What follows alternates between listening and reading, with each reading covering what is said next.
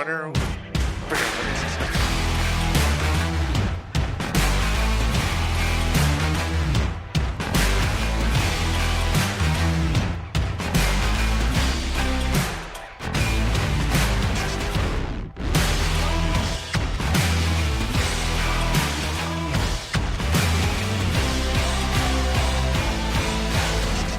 Welcome to This Week in the PNFL. I'm your host, Mark Hill, and along for the ride is Mitch Grawl and Dean Chambers. How you doing, guys?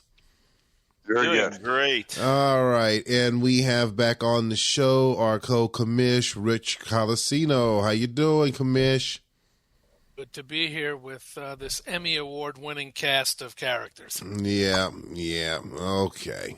All right, so hope you guys had a good weekend.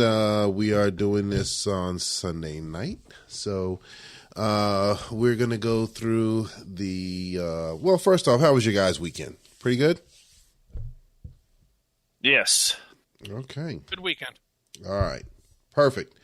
All right, so we're going to go ahead and go through our week 3 games, and it's going to. I think this is going to be an interesting show this week, and then we'll go through our middle segment, have some discussions with that, and then we'll go into our week 4 games. I would say that there are some teams that are in a critical state where they are in a must-win situation.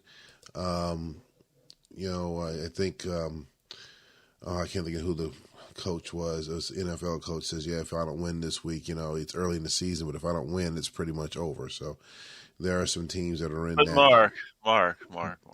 What? Some of these teams that you're probably referring to, they rarely win games anyway, so I don't know if it's really that big of a deal.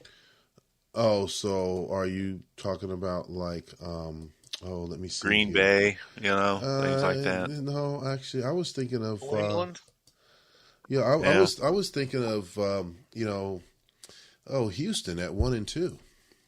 Oh please! I was 2-5 last year. Didn't matter. Ouch. Okay. Well, you're really pumping that one for all it's worth. Huh? I could be 0-7, and then I'd be okay. Cruising at 9-7. Oh, so he's doing the the tortoise in the hare. He's just being the hare, just kind of sitting back and like, yeah, okay, I guess I'll get up and start running now. Yeah, I'm reverse tanking. I'm reverse tanking. He keeps pumping the 2-5 well, but at some point it's going to run dry. Yeah, he's trying to get all he can out of that one. All right, guys, let's go ahead and jump into this. The player of the week we had was Drew Lock, quarterback of Minnesota. Real good. That was a pretty good game that they had there. We'll jump into that towards the end of the first segment, but Drew Lock was the player of the week in the PNFL. He got blasted for his play in the Super Bowl last season and has made a comeback to be player of the week in week 3. Yes, he did. Well, we all know that week 3 player of the week trumps the Super Bowl. So. Yay, Mitch is back. Okay, clap it up for him. Yep, that attitude's back. All right, first game up, we have Buffalo hosting New York over in the AFC East side, and I would say this was a pretty good game. Buffalo pulling off the shocker by winning this one 34-31. We're going to start with our guest today, Rich. You're up. This wasn't a shock to me. This is a typical Jet game from last year where he gives up a lot of points, he scores a lot of points, and you're going to see more of these games where he gets 400 yards of offense, scores 30 points, but loses. It'll be his defense again that will send him to 5 or 6, 7 losses. What do you think, Mitch? Well, what I think is that with Dorian Robinson, winning player of the week and Buffalo beating the Jets, just proves that you don't have to have intelligence to win in this league. Being that Dorian Robinson, I think, has, a 57 IN rating as a quarterback. He did do a nice job rushing the ball, though. 2 touchdowns on 61 yards. Led the team in rushing, led the team in touchdowns rushing. And just shows, hey, if your quarterback has poor eye in, just run them every down, and you'll be okay. All right, Dean. Yeah, I need to win some games, and maybe I'll once again get the Jets on the schedule and get a chance to beat them like Buffalo did. Yeah, this is a solid game. I mean, Buffalo was 8 of 12 on third down conversions. So the quarterback, who has 87 intelligence, played well, even with that 87 intelligence, getting player of the game, and he was 17 of 30. Now, maybe he would have been 21 of 30 if he had 91 intelligence. We don't know that. That's speculation, but good win for Buffalo. They needed the win. They're 1-2, but at 1-2 they can put together a few more wins and get back in the playoff race. All right. Next game up that we have for the week 3 is Denver hosting our champs, the Houston Oilers, and it's going to be interesting to see what Coach has to say, but we're going to start this one off with Dean. Well, the headliner here is 3 interceptions thrown by Baker Mayfield. Now, I've been saying almost as long as Mitch wanted Kyle Allen to start as the starting quarterback for the Indianapolis Colts, I've been saying that Baker Mayfield is just not getting it done, and the team could probably use the quarterback change. So that's, I don't think any of us are winning. Doesn't matter how many thousands of games you sim and how well you do in selecting plays and how well you design your profile, all of those things. 3 turnovers is probably going to doom your effort unless you're just that dominant that you could overcome that. That's really the story of this game. Those 3 turnovers pretty much gave the game to Denver. All right, Rich. Yeah, Dean is right. The 3 interceptions killed Houston. And Mitch, you correct me if I'm wrong. You also turned the ball over on downs inside the 5-yard line. Right, I think you had a 1st and goal. And I did. You didn't I score. did. I mean, yes. that's an easy 7. The big problem also for Houston, besides the 3, is two rushing, first down. You didn't run the ball well enough. It just feels out of balance, right? 2 first downs by rushing, 19 by passing. Denver's a good defense. You got to be balanced against Denver. You can't turn it over. Ugly game. All right, Coach, your take. Oh my gosh, boy, y'all must be blind. I mean, Baker Mayfield had an amazing game. 375 yards, 3 touchdowns against the Denver defense. I mean, come on. Just because he had 3 bad plays, 3 bad timing routes, doesn't mean we have to go and cut him, but it does mean we do. Those are Charlie's fault, right? Those were yeah. Well, it was the rain and the high altitude. I mean, the ball floated on him. I mean, on those timing routes. So, I mean, otherwise, I mean, you'll all be saying how he would have been a player of the week for crying out loud. But no, Rich is right. Yeah, my running game should be better. So that is something that I've got to make. Maybe look into a little bit more, but we'll be fine. We'll be fine. 1-2, we split with Denver. We'll be fine. He not only threw 3 interceptions, but 16 other passes he threw were incomplete out of 45. That's 16 times he missed. Which that would be nearly 60% completion percentage for 375 and 3 touchdowns. So not awful. All right. It's not Shedeur Sanders' numbers either. Well, Shedeur Sanders isn't even a real player. We just made him up for this game. All right. Indianapolis hosting Las Vegas. And Indy took this one 31-14. Mitch.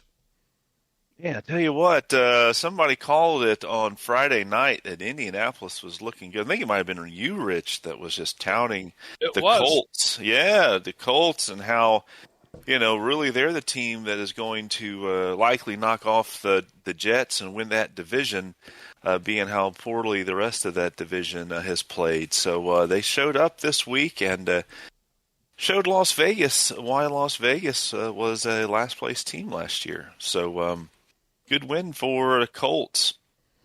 All right. Dean. Yeah, you look at this player of the week in this game. Kenny Pickett was 31 of 45. That's 69%. 4 touchdown passes and 0 interceptions.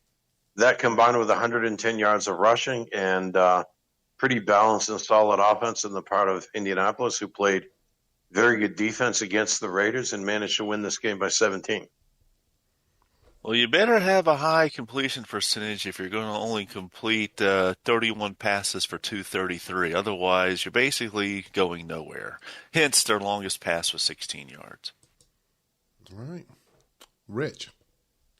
Yeah, Mitch is right. I was talking about Indianapolis, I sense a little improvement by Tim, where he's about to take the next step where he's really knocking on the playoff door. I think that the teams in the West better be careful. I don't think they're going to win the division, but it would not shock me if he won 9 games and he's knocking on the playoff door. So I think he's going to start beating some of these teams like Vegas and the weaker teams a little bit more consistently. So look out for Indy. Knocking on the playoff door. I knew that was coming. I knew that was coming. Only gaining about 5 yards per attempt on their offense in general, but that might be what Tim found was the best. Because remember, Las Vegas does play some good defense, so that might have been the best way to score against, move the ball and score against the Raiders defense. He was also 9 of 14 for third down conversions, and when you're running an offense where you're gaining 5 or 6 yards per play on average, it helps to convert most. You're right. He didn't stretch the field, but he did move the chains. But again, and this is what a good team will do. They'll beat Vegas like this. Look at how close the yardage is, and he won by 17 points. I think if you look at the internals of Tim as a coach, I think he's improving. That's just an opinion. We'll see how it plays out. Knocking on the playoff door. Let me hear it. Oh. All right. New England hosting Jacksonville. Sure. That's I'm kind of curious what you guys have to say about these two teams. Both of them haven't won a game, but somebody had to win this one. In this case, it was Jacksonville taking this 20-17. Rich. New England keeps outgaining people by 150 yards and still loses. These two teams, these two coaches continue to make mistakes in their profile, either weird play calling late or lack of timeouts or calling timeouts for the other team. You're never going to beat any good teams until they clean up their profiles. So which one was this? New England, did he not call timeouts at the end of this game? Didn't give himself a chance to win? I forgot what it was. It just drives me crazy. It's the same mistakes week in and week out, and they're going to be mired in the basement until they clean it up. All right. Mitch. Well, Jacksonville goes to the AFC West and now begins to dominate, apparently, their old opponents in the East. So it just must be something about being in the West. So nice job, Jacksonville. All right. Dean. Yeah, this wasn't a very good game for either team, but one of them had to win. And Jacksonville was 43% of third down conversions, so they did pick up a fourth down conversion. New England was 3 of 9 for 33%. So those numbers aren't really working too well for either team. The Thorson for Jacksonville completed, well, actually, they both completed 58% of their passes. Not great, not terrible, but, the average gain per pass, one team was 6.3. New England was a little better with 8.9, but yeah, both of these teams could have had, and they're going to have the better days to win some of their future matchups. All right. We have Philadelphia taking on Washington. And Philly took this one 21-17. We are going to start this one off with Mitch. And this one was interesting since we basically had split quarterbacks in Washington. Desmond Ridder ended up winning player of the game, only getting half the snaps. He was 20 of 22.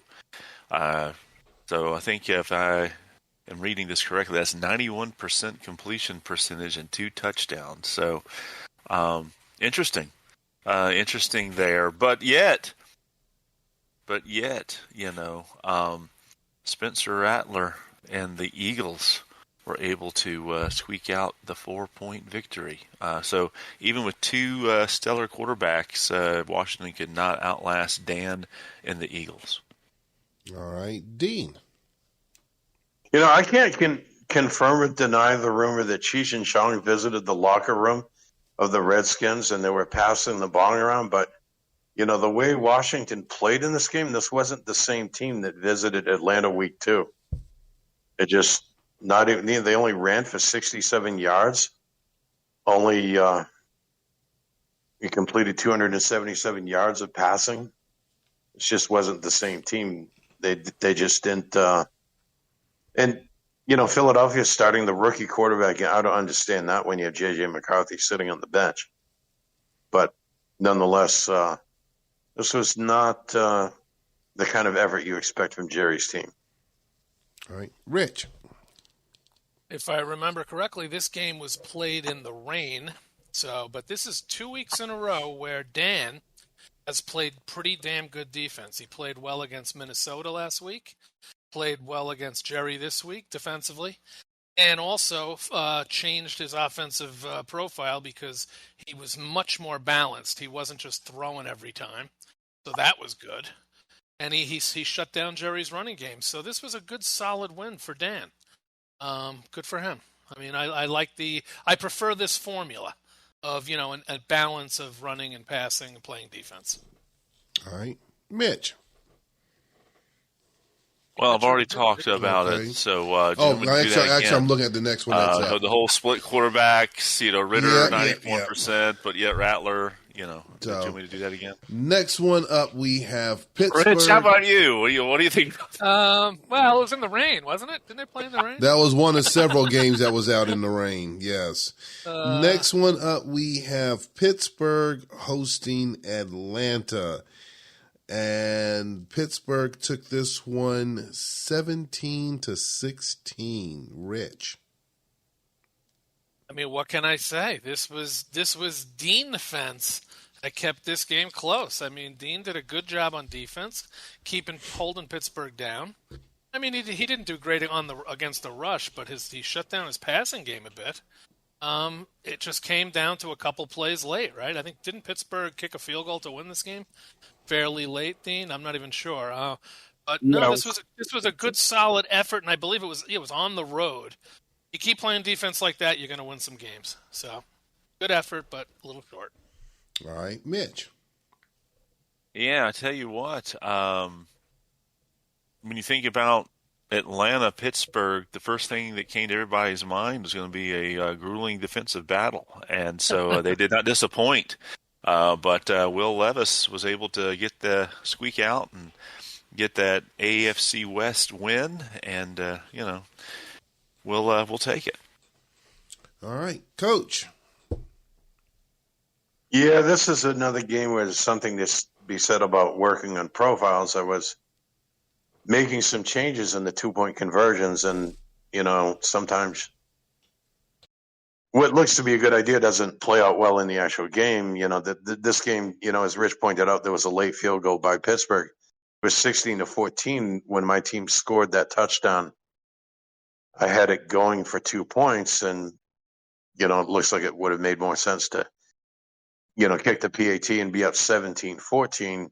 Then that field goal ties the game, and it could go into overtime. Instead, we're looking at a 6. And aside from that, I would like for my offense to have played a bit better as well. I mean, the 152 yards rushing was pretty good, but the passing game was not quite on par, 58% completions. And what's the average per pass? Well, per completion was 10.6, not too bad, but just not enough effective passing.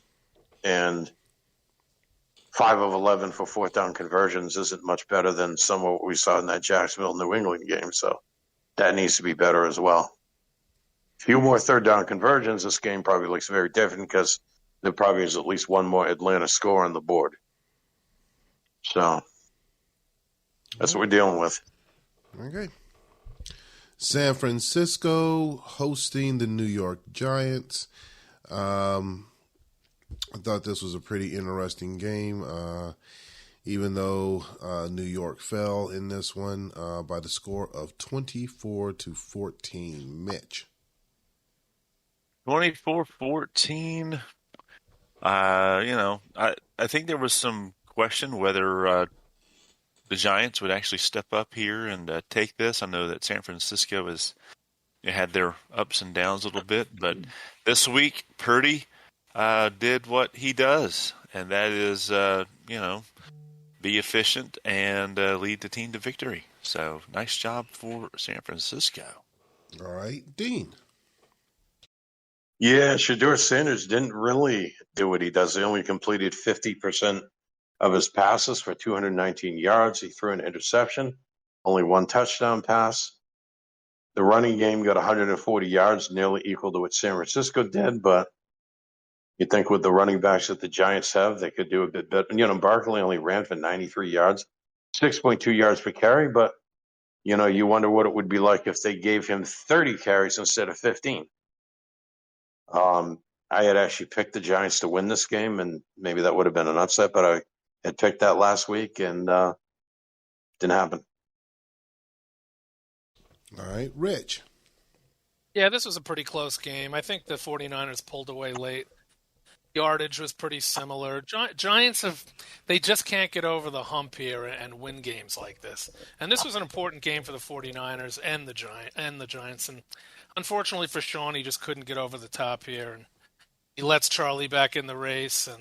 But Sean's got to figure out a way to beat the 49ers. It feels like Charlie's won about 10 of these in a row.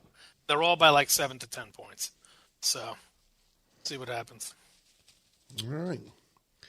Coming down to our last two games of week 3, we have Chicago hosting Minnesota and fell at the very end to the score of 40-37. Dean. Yeah, the question here, where was the defense? I mean, there's 77 points scored in this game. That I seem to remember in the second half, these teams were trading scores. Minnesota ran up 100, rolled up 467 yards of offense. Chicago 362. They were both over 100 yards in rushing. And although Chicago scored quite a few points, they're only having 199 passing yards. I remember there were, and Minnesota had 352, but there was a lot of scoring. It was a good game to watch, but if you like offense, not so much if you like defense. All right. Rich. Yeah, the score says 40-37, but I'm pretty sure the Vikings had a bit of a lead in this game. And Chicago scored a bunch of points late to make it even closer and stuff. But yeah, no defense. Offense is just pretty much doing what they want. Cardinals, whether it's Justin or the new guy, he's running the ball well. Another 163 yards, so that's a good sign for him. But if he's coaching and Justin has no input, he's going to have to clean up his defense, because that's almost 500 yards of offense against, and that's bad news. So, What do you see, Mitch? Yeah, 8 yards a carry for Chicago is very strong, and they ran the ball well last year too, even though they had a down season. But another tight game between Chicago and Minnesota. Maybe that's something the rest of you guys are going to look at with that 8.2 per against Barney. That's pretty brutal for Minnesota to give up that kind of average. Well, I mean, and it's the former Falcon, Edwards-Helaire, who led the way, 11.6 yards a carry. I mean, I have to look into that. Only on 5 attempts. So my guess is, I don't know for sure, but my guess is if this really is the new guy coaching the team, that Justin probably just sent him a giant zip of, numerous numbers of his PPPs from the past and just said, use any of the stuff that you want. So he might be like picking and choosing game plans and profiles that Justin has used in the past and mixing and matching them. And that's why this stuff might be pretty good. That's just a guess. I don't know. Well, we're going to see going forward what it looks like. Right. Yeah, it's I'll talk about that a little bit in the middle segment. I have an idea or question about that, but we'll talk about it in a bit. Last game up, we have Green Bay hosting Seattle, and this one here was billed to be a good game. I think Mitch pushed it to be a good game. I'm sure he'll have, actually all three of you guys will have something to say about Green Bay in the fourth. But Seattle took this game 34-17. Rich. Well, it was a good game. I think this game was tied heading into the fourth quarter, wasn't it? Yes. Wasn't it 17-17 and Yes. 17 unanswered points, and now that's 41 unanswered for Green Bay in 2 games, and he goes out and gets a cornerback because he's playing with 2 of them or something like that. And what can I say? Seattle's the best team in the league, right? No. That's all that can be said. No. No? No. You're not buying that, Mark? I'm not buying But, Mark, that. you know, you're right. You sent me a text, and that text is correct. If Yeah. you're going to be a playoff team, these are the games you got to win. These are the teams you have to beat to win those 9-10 games and make the playoffs. You can't lose to the so-called bad teams. You got to beat them. And you did. You took care of business. Good for you. No offense to Shuggy at all. No offense to Shuggy. Yeah, no offense to Shuggy. Mitch, Oh, you're he's up. a bad team until he's not a bad team. Well, I say, no offense. Everybody just knows he's a bad team, but Seattle. Wow, a pretty nice start. Pretty nice start. Let's see if Seattle can sustain this over time, and who knows? Maybe this is the year Seattle can finally break the hump and get over 500. So we'll see. Dean.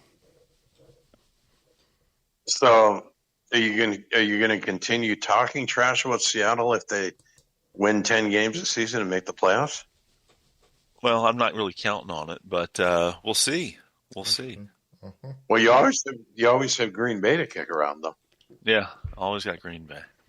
Mm-hmm. Yeah, this was supposedly the game of the week, and it was tied at 17, and then Seattle scored 17. Another kind of collapse of sorts for Green Bay in the fourth quarter. That was pretty brutal. And statistically, the game is fairly close, 278 to 251. Seattle was a little bit better in third down efficiency, although Green Bay was 2 or 3 on fourth downs to kind of somewhat make up for that. So in total, they both had 8 conversions between third and fourth down conversions. So that overall, that's fairly close, 8 out of 16, 8 out of 18. But that fourth quarter was rough for the Packers. Yeah, I would agree with that as well. So, Best team in the league. I wouldn't say all that. I think Minnesota. Vikings. I'd say Seahawks, Minnesota's two best Minnesota's the best team in the league right now. So, yeah. Anyhow, all right, It's guys. going to be a barn burner when Seattle takes on Minnesota. Hide the women. And I the children.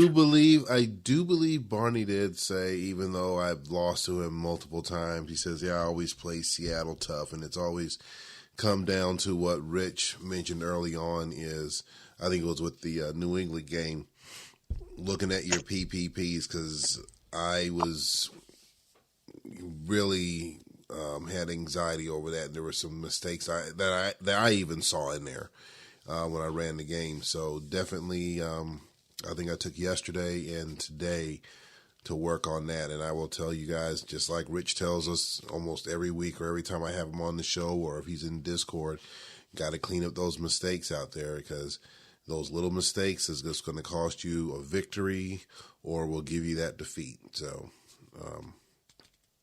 I don't think any of you guys Most are of going the to time, disagree with that. it doesn't give you the chance to win. That's what we notice a lot. Not often does a team make a mistake and then he loses directly because of it. But we watch a lot of games where teams in the last 2 minutes don't even give themselves a chance to win the game because they don't call timeouts and the clock just runs. And Or you just shake or your head razzle and think, dazzle "Oh my God, we could've plays, won this game so easily." or the razzle dazzle plays. Oh my gosh. Yeah, Yep. there's a time and a place, Mark. You don't always have to call razzle dazzle. Yes, I know. You're not Some- Liberace. I did some profile work last night, so we'll see if that leads to better results this coming Friday. Yep. Dean, take out the 2-point conversion in the first half. That's always a problem. I Yeah. hate the 2-point conversion in the first half. Kick the extra points in the first half. Second half, you do it. Right. All right. So we're going to jump into the middle segment. And I think we really didn't settle on anything. We had one topic, but I think we were going to push that one to next week, if I'm not mistaken. So with having the commish here, which I think is always kind of nice having him on the show because we can kind of get an insight of the ideas of what's going on in the league because he has, between him and Charlie, they see everything going on within the league. This is for Mitch and for Dean. Do you have any questions for the commish or co-commish or any topic you'd like him to look into or anything you guys want to talk about? I guess I would ask one question because I know there's a lot of talk about, there was some talk in Discord Friday night about how many, we have two, I don't know if you call them assistant coaches or acting coaches or whatever the term is with Philadelphia and Chicago and how many possible participants. I know there's a number of people that are in that. I'm talking about the actual real people that are in that Facebook group. And apparently some of them are playing the game at home or doing whatever, but aren't interested in joining a league. As far as the 18 teams that we have in the league, Rich, could you give us some idea of how strong you think the 18 of us, as far as how actively all of us are coaching our teams, not necessarily the degree to which we're successful? I think we have a real solid 18 coaches going right now. I mean, whether or not I'm assuming Justin is just taking a breather. He'll be back next season, I'm guessing. James, I don't, who knows? Maybe James has got some personal issues, but he could be back. I mean, Dan and the other guy, that's 20 guys. So we have 18 solid coaches. Everyone else seems to be quite active and participating. I'm not sensing anyone really sleeping out there. So far, so good.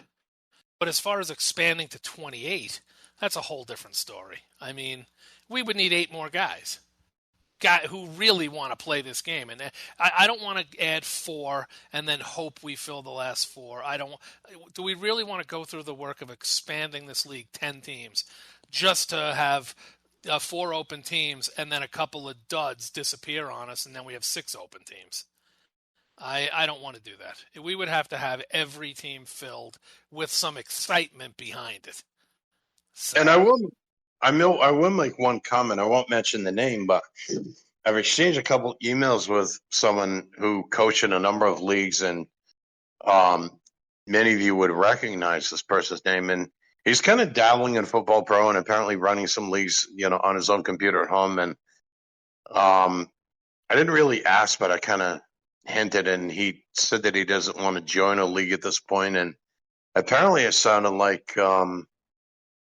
he didn't think he had enough time, every week on a week-to-week basis to coach in a league like this. And that might be an issue for some. They perceive our league to be so competitive. They might be think it's kind of a daunting task to think that they would have enough time to, thinking about, running. Well, it is, whatever. and that's It why it probably would, yeah. Justin, well, you look at guys like Justin last season and Thomas last season, this season.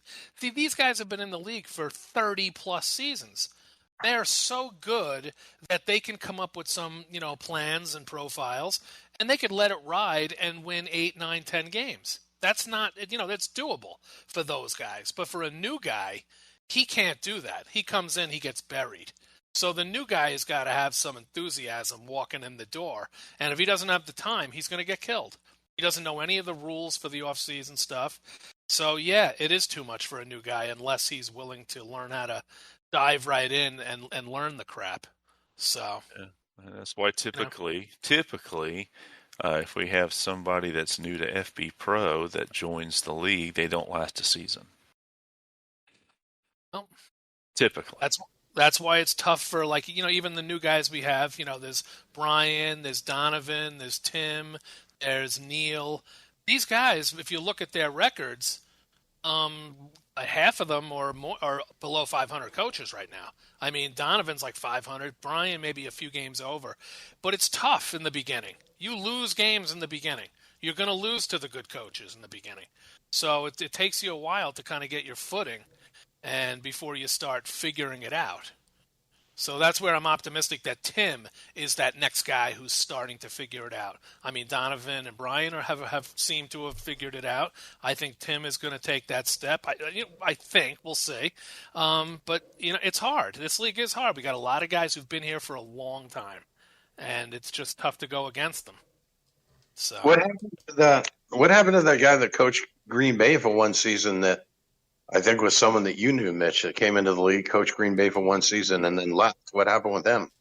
Why did he That's not? what I said. He was completely new to the game and just could not get his arms around it. But then, two, he just had trouble dealing with, hard drives and folders and all that because he's always played console games. So and he was also it, asked to leave. Also, to be honest, yeah, because it was just a mess.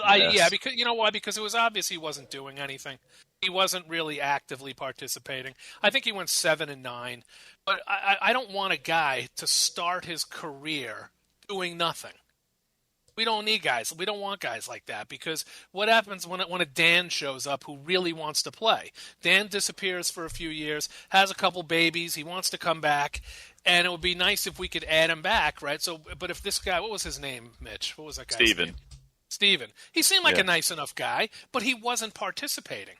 So, like, all right, well then just go, just quit. You got to go. Go play We don't Madden. need. You go play Madden. Yeah, we don't need you here. I'd rather have the team open so someone can take it over who wants to play. It was like, remember the guy who was on the owner of Carolina, and I asked him. Oh to leave? yeah, That guy wasn't doing shit. He was a nice enough guy, but he wasn't doing anything. Whitesea or something like that, wasn't it? Yeah, I forgot what his name is. I'd have to look him up. But it was like, I'm sorry. I hate to get rid of guys, but all you're doing is taking up space. You're not trying at all. And it was good that we got rid of him because we found another coach. So we need some fresh meat who are enthusiastic for the game. I wonder if there are any other former coaches that retired at one point or left, like Dan did, and might be Lurking? interested. Yeah. Yeah, maybe. I don't know. I haven't gotten any emails lately. I don't know about Charlie if he's heard from anyone. And I don't know about the Facebook group. I told you there's a lot of names on that group. I'm sure I could get rid of half the names probably. I doubt we have a lot of fans from Nigeria and stuff. Come on. I mean, these guys aren't really football pro people. So I don't know. I don't know who's out Or there. they just looked up if we football could and get they just these looked up guys- football. So yeah. They're out there somewhere. I don't know what they're playing. Maybe they're all playing Madden or something else. But it would be nice if we could expand to 28. But I wouldn't hold my breath expecting it. Right. Be happy with a strong 18 and keeping that 18 going. And right now we technically have 20. I mean, I'm sure Justin and James would take back their team if they had to. Right? I'm sure they would come back and coach their team or do the best. These guys have been in the league 30 years. They can do it from, a distance without really trying. Well, hey, And maybe we should then have 2 10-team leagues, and then the winner of those leagues play each other in the Super Bowl. There you go. There you go. There's no interleague play, right? You Right, just stick American yeah. League, National League, right? There you Yeah. go. There you go. Well, that's an idea, right? You could, I suppose, does Football Pro let you do 10-team leagues? Yeah, I think so. I think so. Yeah. Well, Of course, is, it would double my work, but it could happen. Well, that's your problem. well, is there Yeah. anyone?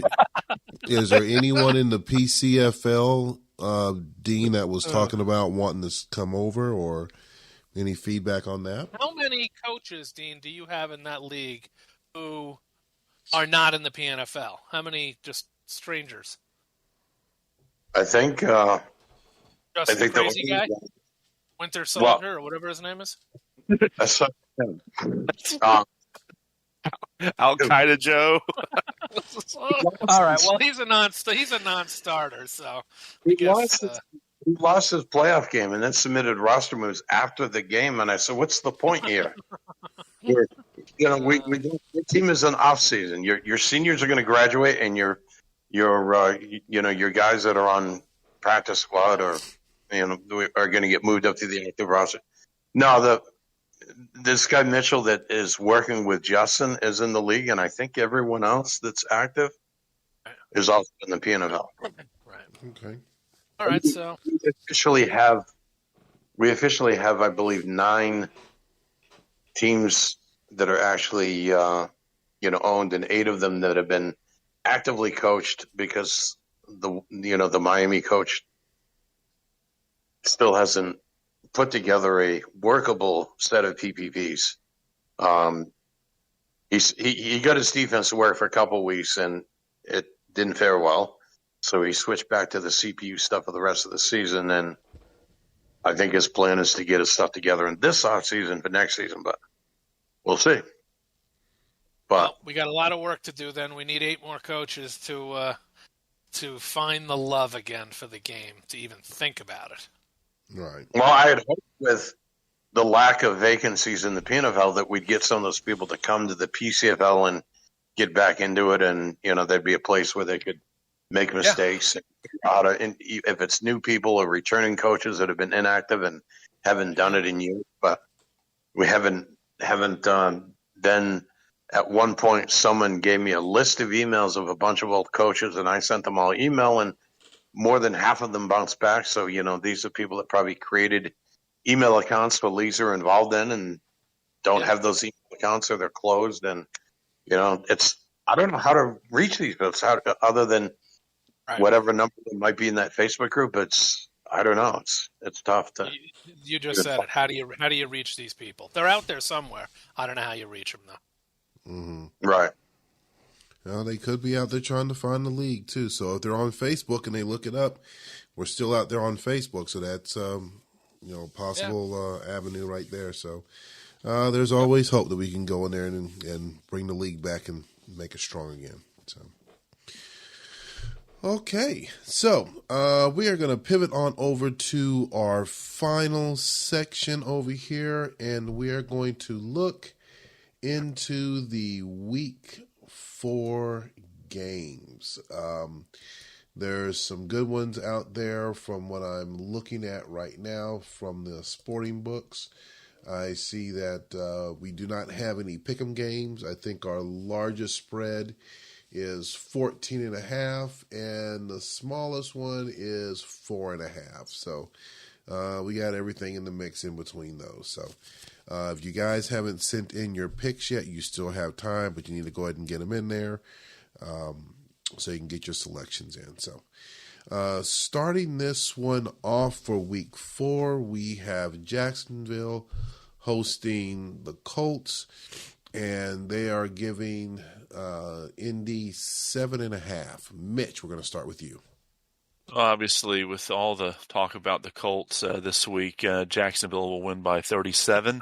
But I'm going to go with the Colts anyway. All right. Dean, you're up. Yeah, we don't have any pick'em games this week, but we're going to pick them anyway. And I think the Colts will win and cover that spread. It's not even going to be that close. So Indianapolis wins this one. All right.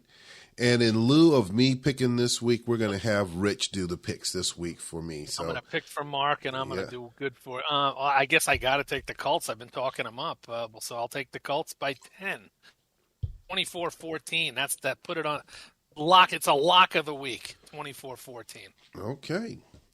Next one up, we have the New York Jets taking on the New England Patriots. They are giving the Jets 13.5. Dean. Yeah, I think the Patriots will roll up at least 400 yards of offense in this game. And but they're going to fall short. The Jets are going to win, but the Jets aren't going to cover that spread because their defense is going to give up probably almost as many points as their offense scores. I'm calling for a close game, but home team, the Jets, will win. Okay. Rich. Yeah, there's no way I could take Mox on the road against the Jets. Jets will win. They won't cover, but they'll win comfortably. All right. Mitch. Mox will outgain the Jets by 125 yards and lose by 10. All right. San Francisco hosting Denver. They are giving the Broncos 6.5. Rich. I'm rooting for Charlie, but I don't like the way the 49ers have been playing this year, so I'm going to take Denver to cover that spread. All right. Mitch. Yeah, Denver's defense is solid, so I'm going to go with Denver. All right. Dean. Yeah, Denver by at least a touchdown. Okay. Next one up, we have Buffalo taking on Houston. They are giving Houston 4.5. Well, we're gonna have him pick last. We're gonna start this one with Dean. Yeah, this one, the home team, I guess you'd call it an upset as a 4.5 point spread, but the momentum, the fans are going to be cheering on DTR. The Bills Mafia will be very happy with the win that they're going to have in this game. All right, Rich.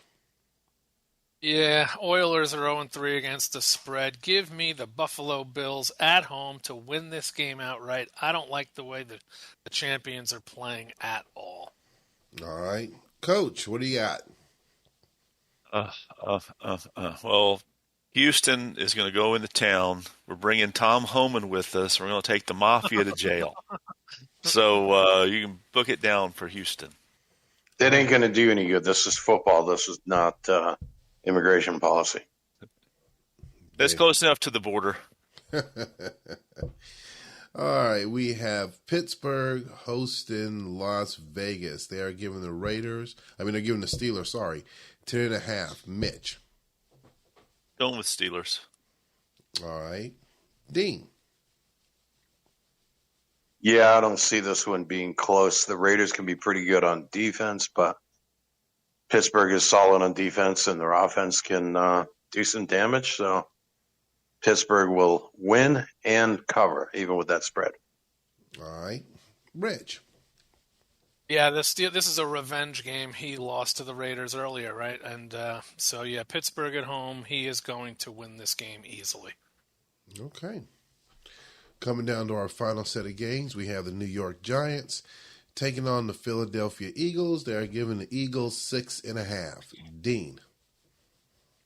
Yeah, for those who out there who are gambling and want to win some money, this is the game to put your money on. I'm putting a lead pipe lock on this. The Giants are going to get back on the winning side of things this week and are going to beat Philadelphia at home. Giants win. Okay. Take it to the bank. All right. Rich. I think this is going to be a really close game, and I'm going to ride Dan for another week and his defense. He's played very well defensively. I'm going to take the Eagles to win this game and somehow cover. All right. Mitch. The Eagles' defense is going to make the Shedeur Sanders look like Landry Jones. I'm going with the Eagles. Okay. Next game. Landry Jones was actually quite good when that guy Mark was coaching him and would complete about 70% of his passes. So that's not a bad thing if Shedeur Sanders plays that way this weekend. Yep. Next up, we have the Washington Redskins taking on the Atlanta Falcons. They are giving the Redskins 8.5. Rich. Jerry coming off a bad loss at home against Dean feels like a 10 to 13 point win for the Redskins. All right. Mitch. Well, and Jerry proved it doesn't matter who plays quarterback. They'll still complete a lot of passes for little yardage. So I'm going with Washington. All right. Coach, you're up. Not so fast. I think you all will be surprised. This game is going to be a lot closer than you expect. But are you going to win? And Washington will still win? No, I'm not predicting that. Oh, okay. Okay.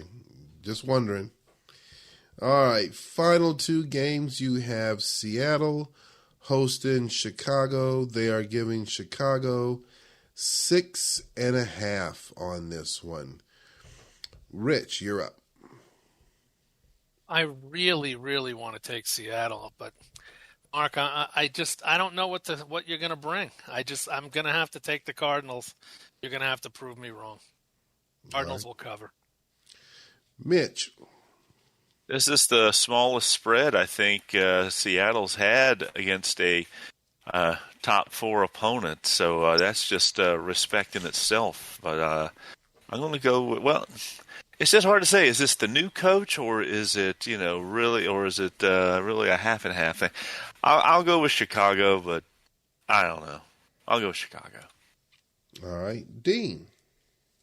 Neither one of you seem really confident in your pick. I think what's going to happen here is it's a home game for Seattle. They're going to bring good balanced offense and some decent defense, and I'm going to predict that Zach Wilson will be player of the game and will have a good day with the ball, and Seahawks win.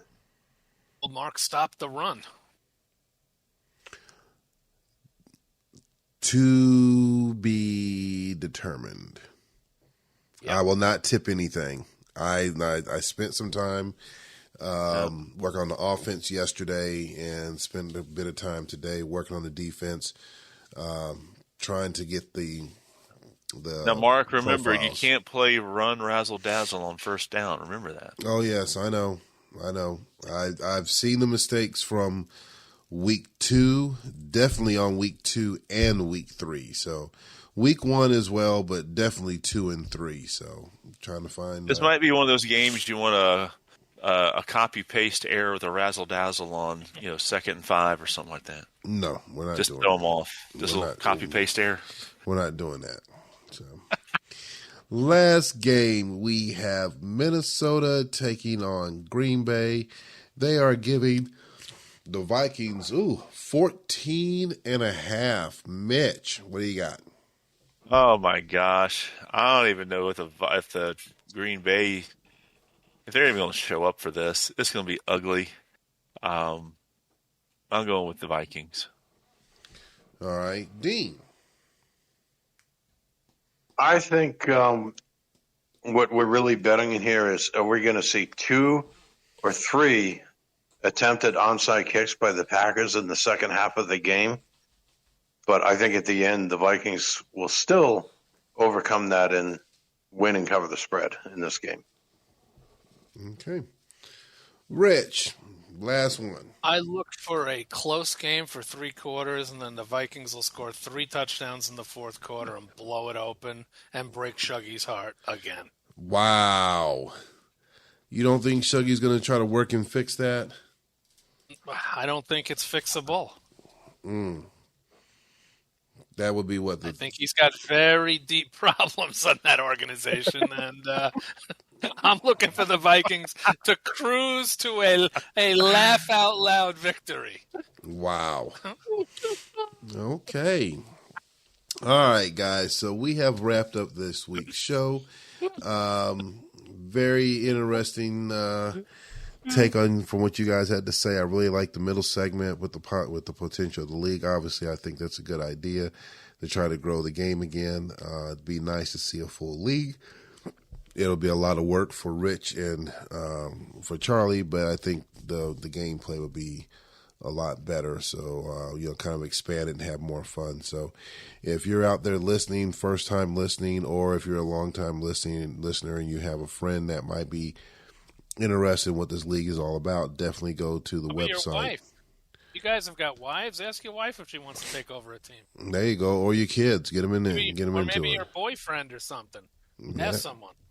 Yep, ask someone or find out if someone's interested into it, or have them come join the Friday Night Lights and see how the banter goes. And if you want to interact and get involved in this, definitely is the place to be. So, As Wait, is there anyone coaching in this league that is actually married? I thought just about everyone here was either single and or divorced. Well, Dan. Dan's married. Yeah. Yeah. For now. That's a good, Dean, that's a good question. I don't know how many guys are married anymore. I'm not sure. I don't know. Charlie's married. Charlie's married. Yeah. There might be. Yeah, Jerry's married. Okay, Really, straight. forget the spouses. How come all these guys are old? No one's got kids. No one's got sons 30 years old who want to play, huh? Hey, I had all girls. I'm sorry. Yeah, I got girls too, so they're useless. So Yeah. There's a story why, if guys have all girls or at least 3 or more, there's a reason why. Karma. That's another story for another time. All right, so we're going to make our last trip around the table. Definitely want to thank Rich for coming in for the show with us this week. Any final words for you, Rich? no, Mark, it was a delight to be here again with you three, and let's enjoy this Friday. All right. Dean, you're up. Yeah, it's probably good that the show is coming to an end. It looks like we're in danger of getting politically incorrect. Yeah. Good luck to everyone this weekend. All right. Mitch, any final words for you to take us out of here? Yeah, Friday Night Lights. We'll start probably around 8:30 or so Friday night Eastern. So look forward to having everybody there. Had a great turnout this past week. So looking forward to that again. And only thing left to do now is let's get it.